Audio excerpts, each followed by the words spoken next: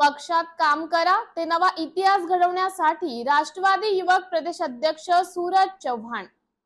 राष्ट्रवादी काँग्रेस पक्षाच्या वतीने सदस्य नोंदणी अभियान राबवण्यासाठी सर्व पदाधिकाऱ्यांनी सज्ज व्हावे।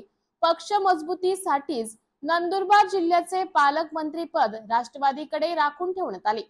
कार्यकर्ते पदाधिकाऱ्यांनी खचून न जाता पक्ष मजबूतीसाठी कामाला लागावे। यापुढे कुठलीही अडचण येणार नाही याची काळजी घेतली जाईल।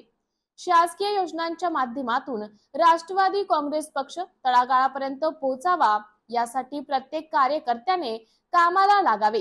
येणाऱ्या स्थानिक स्वराज्य संस्थांच्या निवडणुकीसाठी सर्वांनी कामाला लागावे असं आवाहन राष्ट्रवादी युवक काँग्रेसचे प्रदेशाध्यक्ष सूरज चव्हाण यांनी राष्ट्रवादी युवक काँग्रेस मेळाव्याला संबोधित करताना केले। मदर टेरेसा हायस्कूलच्या सभागृहात पार पडलेल्या राष्ट्रवादी युवक काँग्रेस जोडो अभियान 2025 प्रसंगी ते बोलत होते।